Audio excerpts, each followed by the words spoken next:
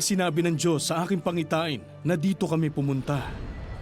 Nagturo kami sa buong Frigia at Galacia. Nagpahinga lang kami sa Troas, sa may dagat Aegan. Sana tayo pupunta, Pablo. Bumalik kaya tayo sa Bitinia. Pinigilan tayo noon ng banal na espiritu na pumunta ron. Sana tayo pupunta. Sasabihin niya ng Diyos sa tamang panahon. Sa ngayon, magpahinga muna tayo. Pablo!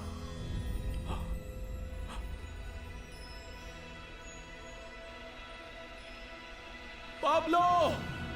Tulungan mo kami! Tulungan mo kami! Pumunta ka sa Macedonia para tulungan kami!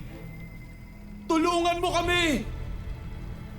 Kaya nagpasya kaming magpunta sa Filipos. Agad kami nagtungo sa Macedonia.